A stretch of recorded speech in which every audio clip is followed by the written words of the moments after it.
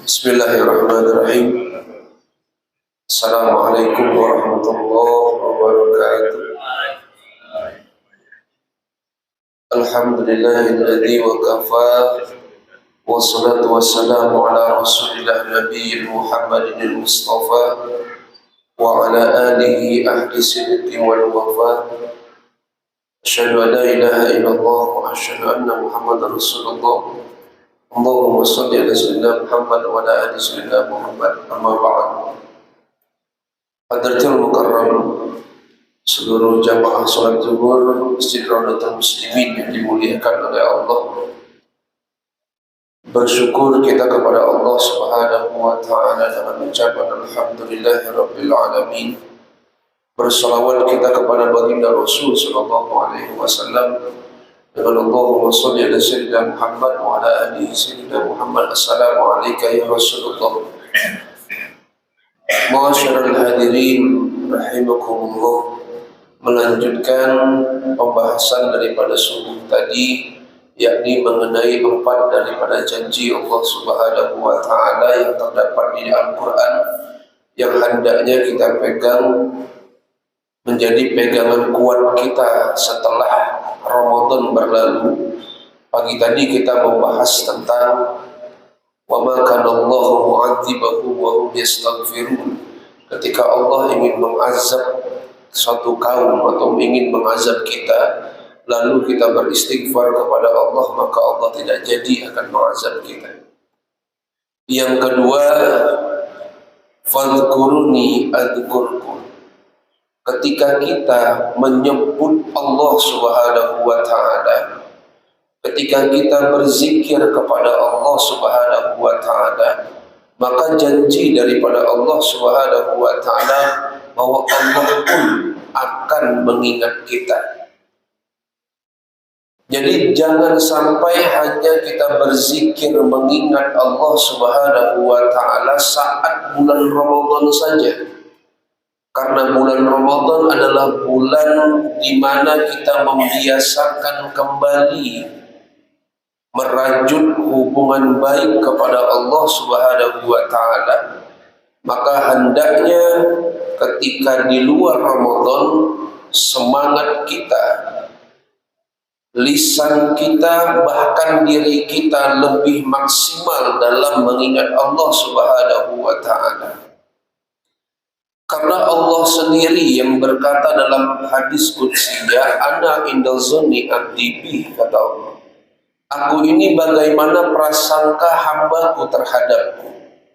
Kalau hambaku selalu ingin dekat denganku, bahkan Allah jelaskan dalam hadis qudsi tersebut, hambaku berjalan menemuiku, maka aku akan berlari menemuinya. Ketika hambaku berlari menemuiku, maka aku lebih cepat kalborak untuk menemuinya. Ini menjadi bukti bahwa kasih sayang Allah Subhanahu wa taala kepada kita. Bahkan kasih sayang Allah sedikit pun tidak melihat apa yang telah kita lakukan kepadanya. Allah tidak menilai bagaimana masa lalu kita. Bahkan Allah berkata dalam hadis qudsinya yang lain, ketika seorang hamba datang kepadaku ingin bertaubat dengan sebenar-benarnya taubat, maka aku ampuni sekalipun ia membawa tumpukan dosa sebesar dunia. Dan aku tidak peduli akan dosa tersebut. Ketika seorang hamba datang kepadaku membawa dosa sebesar daripada samudra, maka aku tidak peduli, kata Allah. Aku akan ampuni hamba tersebut ketika ia benar-benar ingin bertaubat kepadaku. Maka langgengkan kita mengingat Allah Subhanahu wa taala. Tak kala kita ingin melakukan sesuatu atau menyebut daripada sesuatu hal yang itu dapat merusak kadar keimanan kita. Kita saja, Pak, di bulan suci Ramadan saat kita puasa ini, Kita mampu menahan lisan kita agar tidak keluar bahasa yang menyakiti hati orang, karena kita tahu khawatir kalau puasa kita ini akan bermasalah. 30 hari atau 29 hari mampu kita menjaga lisan kita. Masa selepas Ramadan, lisan kita kembali kepada bulan-bulan sebelum Ramadan. Ini bermakna bahwa kita hanya menjadi hamba Ramadan. Kita belum menjadi hamba Allah Subhanahu wa ta'ala. Maka Imamul Haddad itu dalam kitabnya mengatakan, sampai kapanpun kita ini adalah hamba Allah. Jangan cuma menjadikan hamba Ramadan yang saat Ramadan saja kita baik. Maka pengimplementasian suatu pendidikan yang bagus itu adalah ketika kita belajar, hal tersebut membekas lama di dalam diri kita, membekas indah di dalam perangai kita.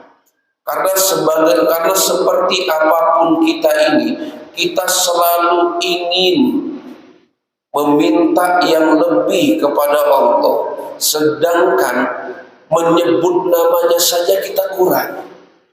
Kita punya setumpukan doa yang sangat berharap kalau itu dikabulkan oleh Allah, sedangkan sujud kita saja kurang.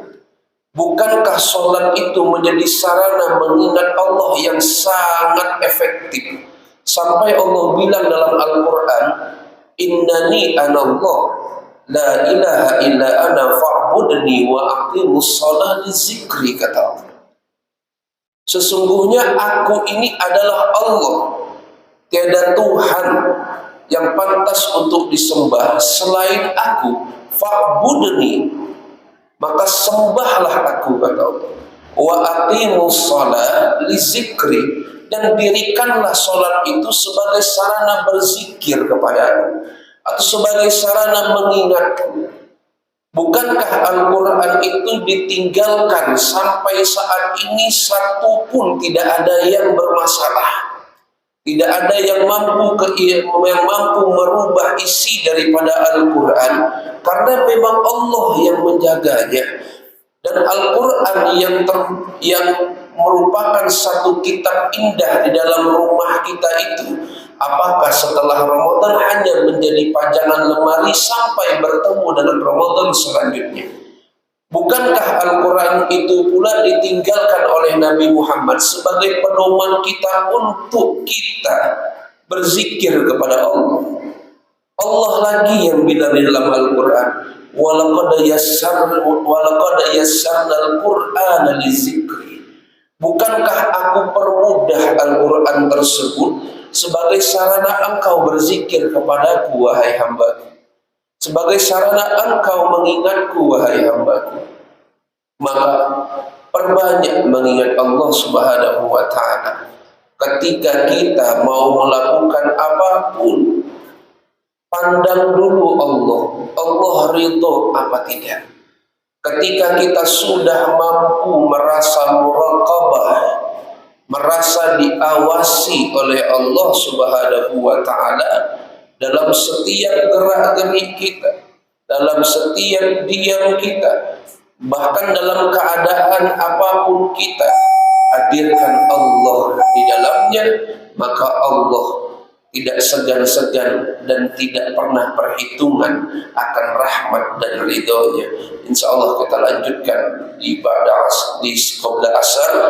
Usikum binafsi bittaqullah. Assalamualaikum warahmatullahi wabarakatuh.